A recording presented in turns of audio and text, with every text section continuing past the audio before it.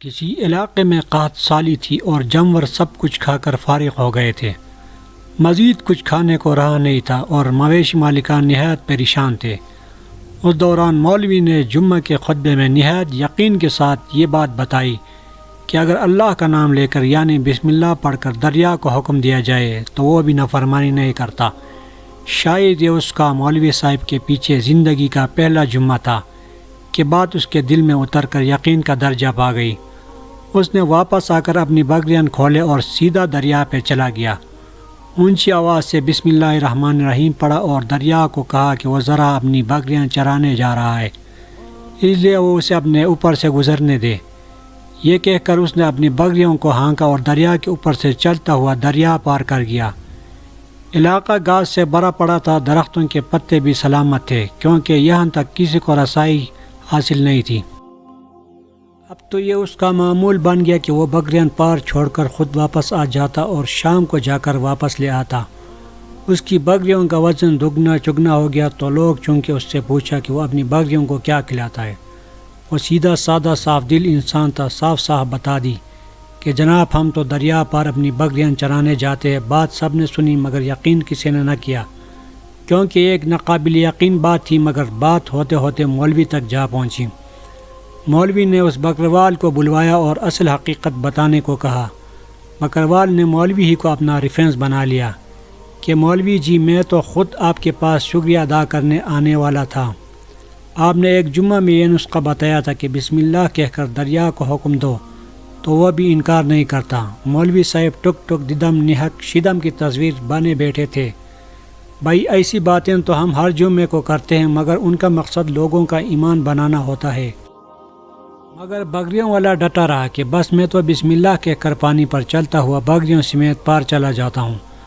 آخر کار مولوی صاحب نے صبح خود یہ تجربہ کرنے کی ٹھانی۔ لوگ بھی صبح دریا کے کنارے جمع ہو گئے اور بکروال بھی آ گیا۔ مجمع زیادہ تھا، مولوی صاحب نے ایک دو دفعہ اندر ہی اندر ارادہ کیا کہ انکار کر دے، مگر وہ جو مولوی صاحب کو مسجد سے کاندھوں پر اٹھا کر لائے تھے اب بھی جوش و خروش سے اللہ اکبر کے نعرے لگا رہے تھے اور مولانا کے حق میں تعریفی موشگافیاں کر رہے تھے۔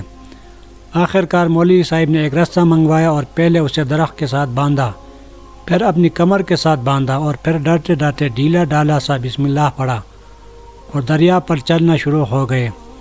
مگر پہلا پاؤں شراب سے پانی میں چلا گیا اور مولوی صاحب ڈبکیاں کھانے لگے۔ بدحواسی میں وہ یہ بھی بھول گئے کہ وہ ابھی کمر پانی میں اٹھ کھڑے بھی ہو سکتے ہیں۔ وہ پانی کے بہاؤ میں بہنا بھی شروع ہو گئے۔ لوگوں نے کھینچ کر باہر نکالا اور سوگنے کے لیے سائڈ پہ لٹا دیا۔ مولوی صاحب کی درگت نے بکروال کو بھی پریشان کر دیا کہ مولوی صاحب کی بسم اللہ کو کیا ہو گیا ہے، مگر چونکہ اس کا یہ روز کا معمول تھا لہٰذا اس کے اپنے یقین میں کوئی فرق نہ آیا۔ اس نے بسم اللہ کہہ کر بکریوں کو پانی کی طرف اشارہ کیا اور خود ان کے پیچھے چلتا ہوا ان کو پار چھوڑ کر واپس بھی آ گیا۔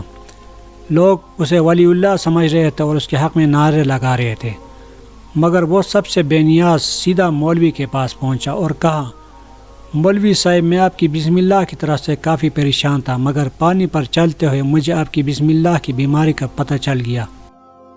اس نے درخت سے باندھے رسے کی طرف اشارہ کیا اور کہا مولوی صاحب یہ ہے آپ کی بسم اللہ کی بیماری، آپ کی بسم اللہ کی برکت کو یہ رسہ کھا گیا ہے۔ آپ کو اللہ اور بسم اللہ سے زیادہ اس رسے پر بھروسہ تھا لہٰذا اللہ نے بھی آپ کو رسے کے حوالے کر دیا۔ کمال کرتے ہیں آپ بھی مولوی صاحب، میں نے آپ کے منہ سے سنا اور یقین کر لیا اور میرے اللہ نے میرے یقین کی لاج رکھ لی، مگر آپ نے اللہ سے اللہ کا کلام سنا مگر یقین نہیں کیا لہٰذا اللہ نے آپ کو رسوا کر دیا۔ یہی کچھ حال ہماری نمازوں اور دعاؤں کا ہے، ہر ایک عبادت یقین سے خالی ہے، اس لیے دعائیں قبول نہیں ہو رہی ہے۔